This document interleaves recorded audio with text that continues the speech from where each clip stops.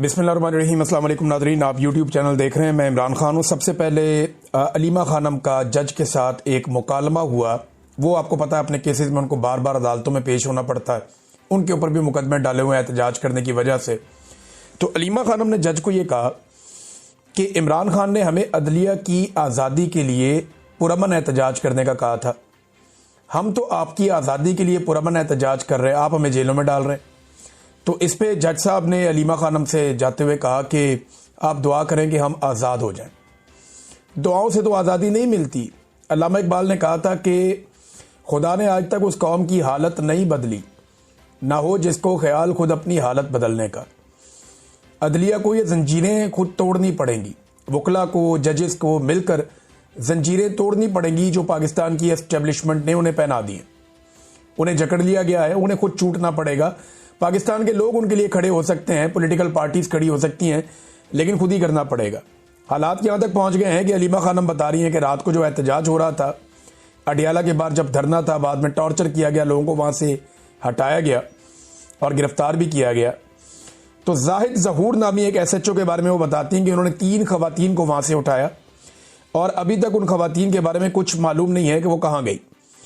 फिर उन्होंने बताया कि ये गाड़ियां भी उठाकर ले जाते हैं, कोई 8 से ज़्यादा गाड़ियां इन्होंने उठाई।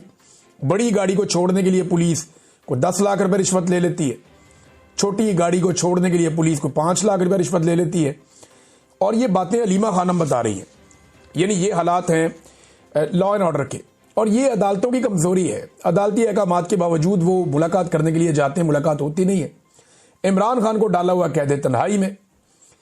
अब लगभग इमरान खान साहब को तकरीबन 1.5 माह से ज़्यादा तो ये हो गया कि आखिरी मुलाकात हुई। 1 माह उससे पहले वाला भी है, वो भी मुलाकात नहीं हो। लगभग तकरीबन कुछ 2.5 महीने होने वाले हैं, या 2.5 महीने से ऊपर हो गया कि इमरान खान साहब कैद तन्हाई में, और उन्हें मुलाकातें नहीं करने दी जा रही, उनका बयानिया बाहर नहीं आ रहा। और ये सारा कुछ पाकिस्तान की मिलिट्री एस्टेब्लिशमेंट कर रही है और इनको नॉर्मलाइज करने की कोशिश की जा रही है। दूसरी जानिब स्ट्रीट मूवमेंट की जो मोबिलाइजेशन है वो तेज होना शुरू हो गई है। देखिए, मैं आपको एक चीज क्लियरली बता दूं, जो मेरे सुनने वाले लोग हैं ना, उनको मैं एक क्लियर लाइन ड्रॉ कर देता हूं। स्ट्रीट मूवमेंट कोई और चीज है, स्ट्रीट मूवमेंट के लिए मोबिलाइजेशन कुछ और चीज है।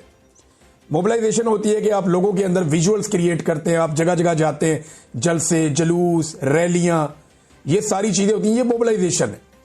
स्ट्रीट मूवमेंट के लिए मोबिलाइजेशन। लेकिन जो स्ट्रीट मूवमेंट की प्रॉपर तैयारी है वो गली मोहल्ले में, हर जगह पे, हर बंदे की ड्यूटी, हर नौजवान को पता है उसने कितने बजे कहां जाना है, क्या ड्यूटी करनी है, बाकायदा नाम लिखे जाते हैं, टेलीफोन नंबर उसके ऊपर मौजूद होते हैं, सारी डिटेल्स होती हैं। वो पूरा एक ऑर्गेनाइज तरीके से चलता है। वो अभी काम शुरू नहीं हुआ, लेकिन मोबिलाइजेशन का काम बहुत तेज हो रहा है। आज़ाद कश्मीर के अंदर जो है वो बड़ा एहतजाज हुआ है और ये स्ट्रीट मूवमेंट के लिए मोबिलाइजेशन का काम हो रहा है। नियाज़ी साहब वहां पे इमरान खान साहब के बड़े वफादार साथी हैं, वो वहां पे काम कर रहे हैं। बलूचिस्तान के अंदर बहुत बड़ी बड़ी रैलियां निकली नाज़रीन। मैं तो देख के, मैंने जो पहले मनाज़िर देखे मुझे लगा शायद ये खैबर पख्तूनख्वा है, लेकिन बाद में पता चला बलूचिस्तान है। तो बलूचिस्तान में तो बहुत बड़ा इनकलाब तैयार है। जिस तरह के मनाज़िर मैंने देखे, जैसी रैलियां देखी, जैसे लोगों के इज्तिमा देखे, ऐसे तो कोई पोलिटिकल पार्टी अभी वहां कर भी नहीं सकती। तो बलूचिस्तान से भी ये सूरत हाल है। खैबर पख्तूनख्वा में स्ट्रीट मूवमेंट की मोबिलाइजेशन की वीडियोज आ रही हैं, लगातार आ रही हैं, लेकिन जो टेक्निकली स्ट्रीट मूवमेंट होती है उसकी मोबिलाइजेशन तो शुरू हो गई है, लेकिन वो अमली तौर पे भी ग्राउंड के ऊपर काम प्रॉपर शुरू नहीं हुआ। नादरीन ने एक स्टेटमेंट दिया ताहिर अशरफी ने, वो स्टेटमेंट मैं यहां जरूर आपको पढ़ के सुनाना चाहता हूं। ताहिर अशरफी ने कहा कि, और ये मुलाकात की है इन्होंने अभी DGISPR से, कभी ये आर्मी चीफ को मिल लेते हैं, फील्ड मार्शल को, कभी DGISPR को, कभी किसी और को। तो ये पाकिस्तान की फौज ने मौलवियों का एक जत्था घेरा हुआ है। ये 14 मौलवी हैं, कभी उधर जाते हैं, कभी उधर जाते हैं, कभी उधर जाते हैं। ये 14-15 ये 2-3 दर्जन मौलवी हैं, और ये सारे दरबारी और सरकारी मौलवी हैं। कभी वज़ीर आज़म बुला लेता है, कभी ओहदे मिल जाते हैं। तो ताहिर अशरफी ने कहा जी कि कौम और फौज के इत्तेहाद से जंगों को जीता जाता है। खैबर पख्तूनख्वा के अवाम फौज के साथ खड़े हैं। देखें, खैबर पख्तूनख्वा के अवाम कहां खड़े हैं, जरा वहां जाके आप कभी पता करें, मौलवी साहब को पता चले कहां खड़े हैं। खैबर पख्तूनख्वा के अवाम कई दहाइयों से रास्ते में खड़े, कई दहाइयों से वो अपने घर ही नहीं जा पाए, कई दहाइयों से वो खैमों के अंदर और कैंपों के अंदर खड़े। खैबर पख्तूनख्वा के अवाम कई दहाइयों से नाकों पे खड़े और जनाजों में खड़े अब खुदा का वास्ता इनको थोड़ा बैठ के सांस लेने दें। कब तक आपने इन्हें खड़ा रखना और कब तक आपने इनका खून बहाना है? इसके ऊपर ये खुर्रम ज़ीशान साहब का एक ट्वीट है, मैं ये ज़रूर आपको पढ़ के सुनाना चाहूँगा। इन्होंने दिखाया है कि ये खैबर पख्तूनख्वा के अवाम खड़े हैं, इसमें बहनें भी खड़ी हैं, भाई भी खड़े हैं, और लंबी एक लाइन है जिसमें टूटी फूटी पुरानी गाड़ियों के अंदर लुटे पुटे काफिले वादी तीरा को छोड़कर आ रहे हैं। इनके ऊपर इल्ज़ाम लगाया जाता है जनाब ये बड़ा पैसा बनाते हैं, ये करते हैं, वो करते हैं, स्मगलर्स हैं। ये इनकी हालत देखें आप।